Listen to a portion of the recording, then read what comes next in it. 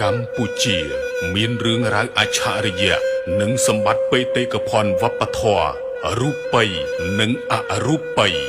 ដែលមិនអាចកាត់ថ្លៃបានជាច្រើនតាំងពីបុរាណកាលរបស់បុព្វបុរសយើងបានបន្សល់ទុកក្នុងនោះក៏មានមហាព្រឹត្តិការណ៍ដ៏មហោស្ចារ្យមួយគឺ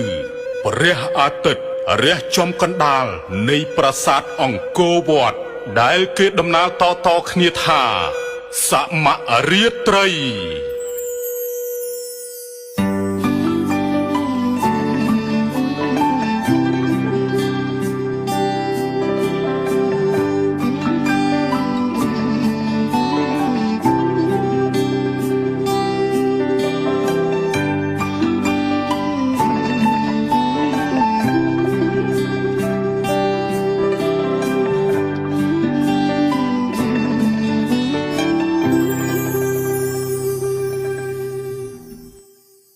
សា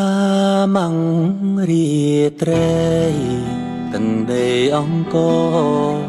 ខ្មែរទាំងនគរមានមោទកភាពឆឹងរីយ៉ាង